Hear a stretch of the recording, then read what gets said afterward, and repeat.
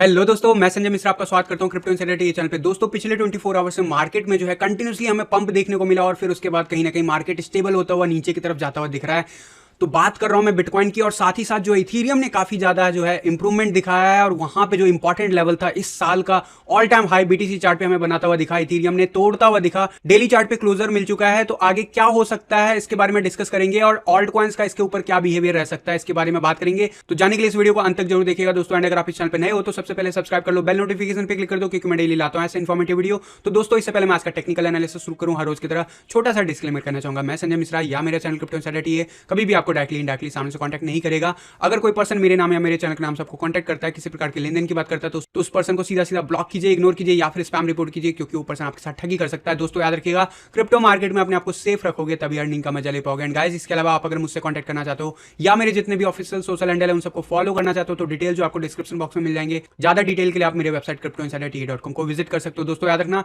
मैं कोई financial adviser नहीं हूं और इस चैनल पे विदाउट एक्सपीरियंस या विदाउट लर्निंग मैं कभी भी आपको ट्रेडिंग करने की सलाह नहीं देता हूं। तो दोस्तों, इसके अलावा आप अगर मेरे साथ सीखना चाहते हो तो जरूर जो है सेकंड बैच में आप एनरोलमेंट कर सकते हो। सेकंड बैच का एनरोलमेंट स्टार्ट हो चुका है। डिस्काउंट का कूपन कोड आपको मिल जाएगा टेलीग्राम के पुराने पोस्ट पे, तो जरूर जाके देखिए। इतना जल्दी करोगे उतना ज्यादा डिस्काउंट मिलेगा। तो दोस्तों, अब बिना देरी के शुरू करते हैं आज का टेक्निकल एनालिसिस और सबसे पहले देखेंगे बिटकॉइन का चार्ट। जी हां, कल के दिन बिटकॉइन ने वापस से पंप किया। कहां पे? ठीक उस जगह पे जहां पे रेजिस्टेंस लाइन था। $59,250 तक हम गए थे हाईएस्ट, लेकिन कैंडल क्लोज कहां पे हुआ वो मैटर करता है। 56,974 यानी कि हमारा नवंबर मंथ का क्लोजर जो है वो मिल चुका है, और वो जो मिला है हमें वो मिला है रेड कैंडल। अप्रॉक्सिमेटली 7% के अराउंड डाउनवर्ड मूव के साथ क्लोजर मिला है नवंबर मंथ का। तो यहां पे आगे क्या मोमेंटम हो सकता है? जी हां, जो हिस्ट्री हमारा कहता है नवंबर मंथ के बारे में वैसा कुछ हमें देखने को नहीं मिला है। क्लोजर मिला है 7%, लेकिन पिछले कई दिनों से मैं आपको कह रहा हूं कि हम इसी ट्रेंड जोन में हैं, तो इसके हिसाब से जो पॉसिबिलिटीज बन रही है वो अभी भी प्ले आउट कर रहा है। बिटकॉइन ने कल के दिन काफी ज्यादा ट्राई किया है इस लेवल से बाहर जाने के लिए, और बैक टू बैक 2 दिन से हम ये कोशिश करते हुए देख रहे हैं, इसीलिए इतना ज्यादा जो है वॉलेटिलिटी हमें देखने को मिला।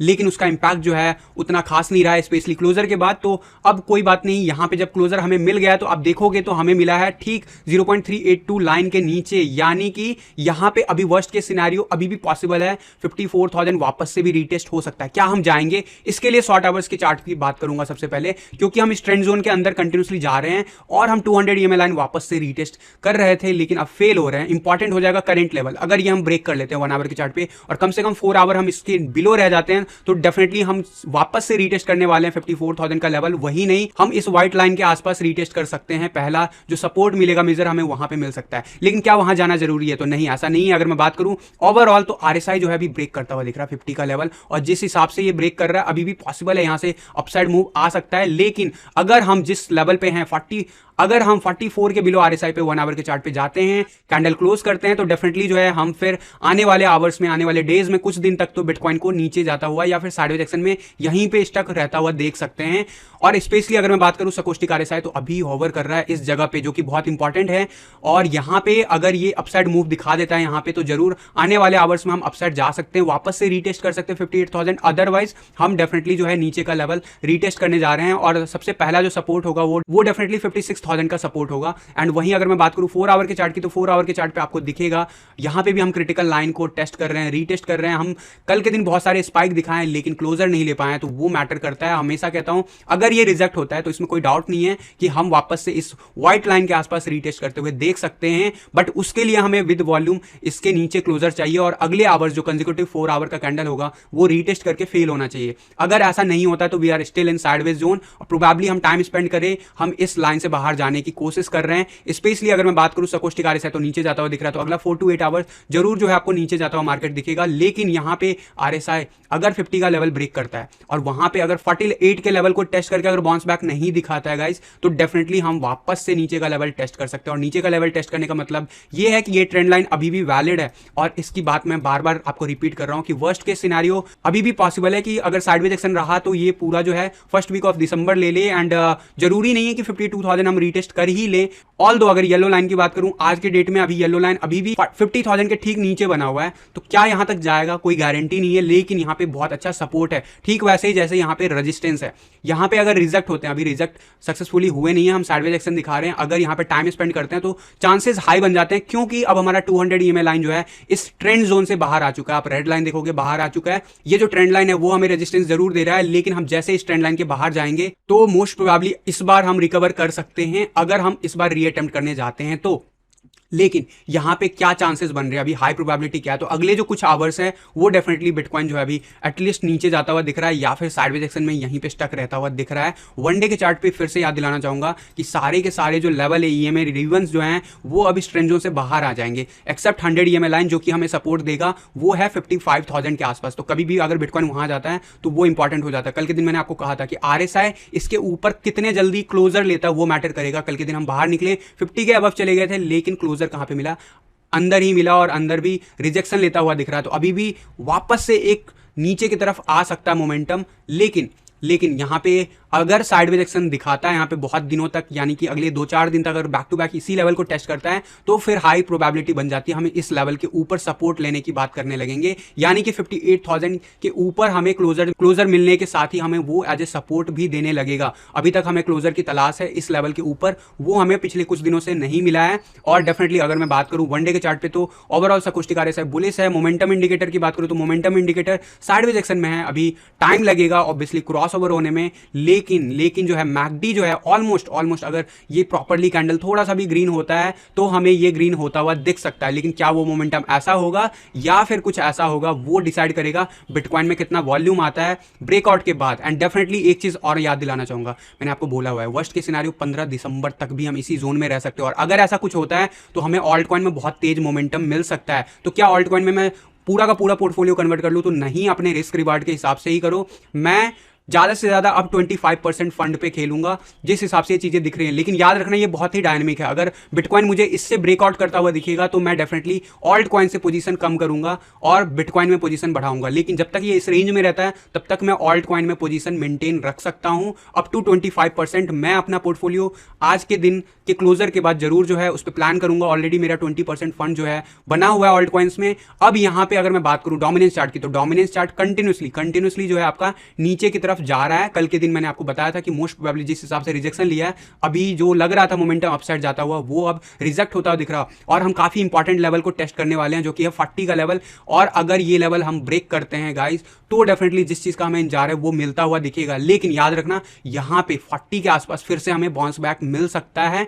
वो क्या फाइनल बाउंस होगा, क्या वो बाउंस वहां से होगा या फिर क्या वो ब्रेक डाउन हो जाएगा? अगर ब्रेक डाउन नीचे की तरफ हो जाएगा तो डेफिनेटली ऑल्ट कॉइन में बहुत तेजी स्पाइक दिखेगा और बिटकॉइन हमें ज्यादा मोमेंटम नहीं दिखाएगा जो हम दिसंबर मंथ से एक्सपेक्ट करते हैं। दिसंबर मंथ से क्या एक्सपेक्ट करते हैं मैंने आपको डिफरेंट चार्ट पे ऑलरेडी बता रखा है। मैंने बताया हुआ है कि 1,40,000 के अराउंड का जो लेवल है अगर हम रीच कर जाते हैं तो बुल रन हमारा यहीं पे खत्म हो सकता है, हाई प्रोबेबिलिटी बन जाएगी। लेकिन अगर हम 1 लाख के बिलो रह जाते हैं तो जरूर जो है डेफिनेटली जो है बिटकॉइन का बुल रन एक्सटेंड होने वाला है। नवंबर मंथ का क्लोजर रेड हुआ है, अपने आप में ये हिस्ट्री है कि बुल रन में नवंबर मंथ का जो कैंडल है वो रेड हुआ है और ये डिफरेंट बना रहा है हमारे सिनेरियो को जो हमने 2013-14 में देखा था। लेकिन यहां पे एक चीज फिर से बताना चाहूंगा, हम अभी भी रिजेक्ट हो रहे हैं व्हाइट लाइन से। हमें व्हाइट लाइन के ऊपर बनने ही रहना होगा और ऑरेंज लाइन के ऊपर कम से कम बने रहना होगा। अगर हम ऑरेंज लाइन को ब्रेक करेंगे तो गाइस ऑल्ट कॉइन भी सफर करता हुआ दिख सकता है हमें। तो हमें ये ध्यान रखना है कि इस लेवल को ब्रेक ना करे, और अगर ब्रेक करता तो विक बने, क्लोजर ना हो, क्योंकि ये बहुत मैटर करता है। और क्लोजर लेता है इसके बिलो, यानी कि 52,000 जिसकी बात मैं कर रहा हूं, तो अगले दिन उसमें स्पाइक आना चाहिए अगले 24 to 48 आवर्स में। अदरवाइज गाइज यहाँ पे ऑल्ट कॉइन के लिए भी प्रॉब्लम्स क्रिएट हो सकते हैं अगर 50,000 के बिलो हम जाते हैं तो। ठीक ये वैसा ही रेंज है जैसे लास्ट टाइम मई के मंथ में मैंने 40,000 का लेवल बताया था कि 40,000 का लेवल जब तक है तब तक ऑल्ट कॉइन सेफ है। अगर इसी जोन में रहता तो ऑल्ट कॉइन बहुत ही ज्यादा ग्रोथ दिखाएंगे। अगर इस लेवल को ब्रेक करके ज्यादा दिन स्पेंड करेगा यहाँ पे इस लेवल पे 52,000 के बिलो, ऑल्ट कॉइन के लिए जो है वो फेवरेबल कंडीशन नहीं होगा। और वहीं अगर हम इस लेवल को ब्रेक करते हैं तो अप टू 65,000 तक ऑल्ट कॉइन फेवरेबल रहेंगे।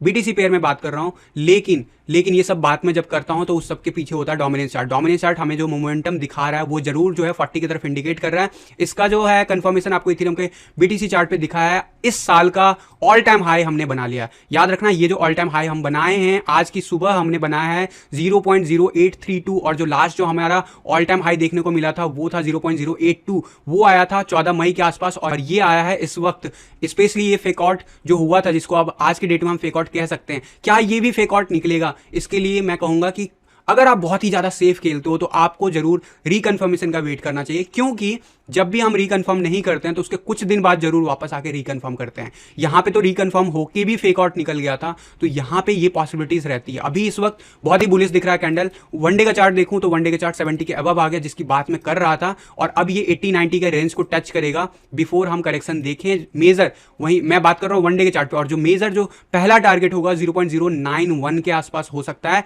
और वहीं 0.1 जो है इस ट्रायंगल के ब्रेकआउट का है। तो इस पैटर्न से हम जिस हिसाब से ब्रेकआउट दिखा दिए हैं, अगर ये कंफर्म हो जाता है, कंफर्मेशन के बाद हम 0.1 BTC इथेरियम का आने वाले डेज में देख सकते हैं। तो इस पे नजर बना के रखना। 1 आवर का चार्ट अगर मैं बात करूं तो 1 आवर का चार्ट हमारे लिए अभी बुलिश है, काफी ज्यादा एक्सटेंडेड हो गया, तो यहाँ पे थोड़ा बहुत कूल डाउन होगा। मोस्ट प्रोबेबली हम RSI लेवल 70 के आसपास रीटेस्ट करें, फिर उसके बाद बाउंस बैक दिखाए, तो उस सिनेरियो में हम 0.8 के आसपास का लेवल वापस से रीटेस्ट करने आ सकते हैं, और वही नहीं, हम जो है 0.079 का लेवल भी रीटेस्ट कर सकते हैं। वहां पे जब बाउंस बैक दिखेगा हमें, तब हम कह सकते हैं कि इथेरियम जो है अब काफी ज्यादा बुलिश होता हुआ दिख रहा है, जिसकी मैं बात कर रहा था कि ब्रेकआउट के बाद आ सकता है, क्योंकि 4 आवर के चार्ट पे अभी भी सपोर्ट लाइन 0.078 है। तो ये हमारा जो लेवल है रीटेस्ट होने का हाई चांसेस है, और अगर ये रीटेस्ट होता है तो अगले 24 to 72 आवर्स में हो सकता है, और अगर ये इस हिसाब से जर्नी दिखाता है तो डेफिनेटली हम 0.1 जा सकते हैं अगले 4 वीक के अंदर अंदर। यहाँ पे जरूर जो है थोड़ा बहुत कूल डाउन होने दो। अगर आप कंफर्मेशन के साथ चीजों का इंतजार कर रहे थे तो जरूर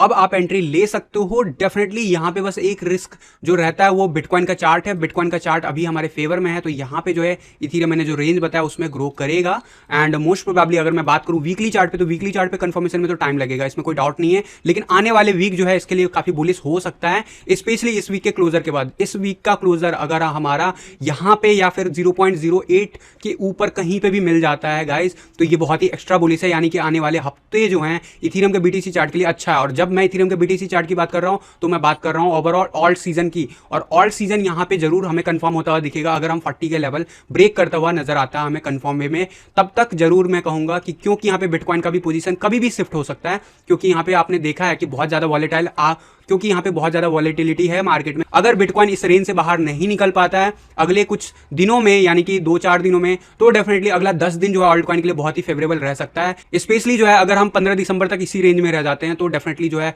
इस ड्यूरेशन में तो ऑल्टकॉइन जरूर ग्रोथ दिखाएगा। एंड यहाँ पे अगर मैं बात करूं ओवरऑल USD चार्ट पे, तो USD चार्ट पे भी इथेरियम जो है क्लियर कट जो है आपका ग्रीन मैकडी क्लोज कर चुका है, रिवर्सल जो है कंफर्म हो चुका है मैकडी के ऊपर। और यहाँ पे अगर आप सिंपल ट्रेड भी लेते हो मैकडी के बेस पे, तो ये आपको अच्छा खासा ट्रेड दे सकता है। ऑल्दो मैंने आपको कहा था कि 3600 से लेके 4000 के बीच में बेस्ट बाइंग होगा इथेरियम का। 3600 तो नहीं गया था, लेकिन हमें देखने को मिला था लोएस्ट 3900। तो डेफिनेटली हम कह सकते हैं कि अब ये जो है मोमेंटम कुछ वैसा ही दिख रहा है जैसा यहाँ पे। जब यहाँ पे इथेरियम था तब मैंने आपको कहा था कि कुछ ऐसा मोमेंटम दिख सकता है, और यहाँ से जो है इथेरियम जब ब्रेकआउट किया था उसके बाद जो है अराउंड जो है लगभग 40% तक ग्रोथ दिखाया था। तो यहाँ से अगर 40% का ग्रोथ आता है ऑल टाइम हाई क्रिएट करने के बाद, तो वो हमें लेके जा सकता है अराउंड जो है 6600 का फिगर जो है मोस्ट प्रोबेबली हमारे लिए सबसे इंपॉर्टेंट फिगर होगा, क्योंकि यहाँ पे गोल्डन रेशियो है हमारा अपर जोन का। ऑल्दो वहां पे जर्नी खत्म नहीं होगा, लेकिन वहां पे मोमेंटम स्लो हो सकता है। क्या ये लेवल विद इन 1 वीक आ सकता है? तो यस, दैट इज पॉसिबल, अगर हमारा इथेरियम BTC चार्ट इसी तरीके से बिहेव किया, और अगर हमारा बिटकॉइन का चार्ट होल्ड कर लेता है, ज्यादा गिरता नहीं है, इसी पोजीशन को मेंटेन कर लेता है, तो बहुत इंपॉर्टेंट हो जाता है। तो मैं बार बार कह रहा हूं कि मैं अभी फुली ऑल्ट कॉइन में नहीं जाऊंगा किसी भी रीजन से। आप अगर मुझसे ऑल्ट कॉइन के नाम पूछते हो तो सबसे पहले मैं कहूंगा आपकी रिस्क कैपेबिलिटी कैसा है। कुछ ऑल्ट कॉइन्स के नाम मैंने आपको बताए हुए हैं। मैटिक बताया हुआ है जो कि बहुत ही बॉटम बना हुआ था और अभी काफ़ी हद तक ग्रो भी कर चुका है। DR BTC चार्ट पे आप ले सकते हो, यहाँ से 3-4 हफ्ते में अच्छा खासा गेन दिखा सकता है। इसी तरीके से मैंने एलाइस का नाम दिया था। इसके अलावा मैं FTT जो टोकन है वो मैं रिकमेंड कर सकता हूँ आपको, क्योंकि उसका फंडामेंटल जो है बहुत ही स्ट्रांग है। उस हिसाब से उसका प्राइस मोमेंटम हमें नहीं देखने को मिला, और जिस हिसाब से एग्रेसिव कैंपेनिंग हो रही है उसकी, तो जरूर यहाँ पे उसमें ज्यादा अच्छी खासी पॉसिबिलिटीज बनती है। लेकिन जब आप इन सब ऑल्ट कॉइन में लेते हो तो उसमें थोड़ा सा रिस्क कैपेबिलिटी ज्यादा होता है as compare to Ethereum. Ethereum BTC chart पे यहाँ पे ग्रोथ दिखा चुका है, और यहाँ से आप जिस लेवल पे हैं, आप अगर इस लेवल पे 0.8 के आसपास बाइंग करते हो तो यहाँ पे 20-30% का ग्रोथ तो कंफर्म वे में आपको आने वाले 1-2 हफ्ते के अंदर दिख सकता है। अगेन सब कुछ डिपेंड करता है बिटकॉइन के ऊपर, लेकिन प्रोबेबिलिटी हाई बन जाती है, specially as per TA pattern जो है ये ब्रेकआउट करता हुआ दिख रहा है। याद रखना, ब्रेकआउट कई बार फेक आउट भी होता है, जैसे लास्ट टाइम हमें देखने को मिला यहाँ पे। लेकिन इसीलिए मैं कह रहा हूं कि यहाँ पे रिकन्फर्मेशन के लिए आप वेट कर सकते हो अगर आप बहुत ही सेफ खेलना चाहते हो। बाकी आप ज्यादा ऑल्ट कॉइन्स में एंट्री मत लो, ज्यादा पोजिशन मत ओपन करो, मेरी रिकमेंडेशन बस यही होगी। और बिटकॉइन का ये रेंज जैसे ही ब्रेकआउट होता है तो हमें जरूर देखना है कि बिटकॉइन में वॉलेटिलिटी किस लेवल तक आता है। 65,000 का रेंज जैसे ही क्रॉस करेगा बिटकॉइन, उसके बाद ऑल्ट कॉइन बीटीसी पेयर में शायद, अभी की बात कर रहा हूं, शायद जो है उतना बेटर परफॉर्म ना कर पाए, तब तक जरूर आप कह सकते हो सेफ है। तो इन सब चीजों का ख्याल रख के ही आप अगर एंट्री प्लान कर रहे हो तो कर सकते हो, और वो भी मात्र 25%। इससे ज्यादा पे मैं रिकमेंड नहीं करूंगा, स्पेशली ये मंथ दिसंबर का, और दिसंबर में भी अभी बहुत कुछ पॉसिबिलिटीज बाकी है। आज तो 1 दिसंबर है, लेट्स सी कैसे क्या प्ले आउट करता है पहला वीक। तो गाइस फिलहाल के लिए आज के टीए वीडियो में बस इतना ही, मिलता हूं जल्द अगले किसी वीडियो में, तब तक के लिए थैंक यू, धन्यवाद, जय हिंद।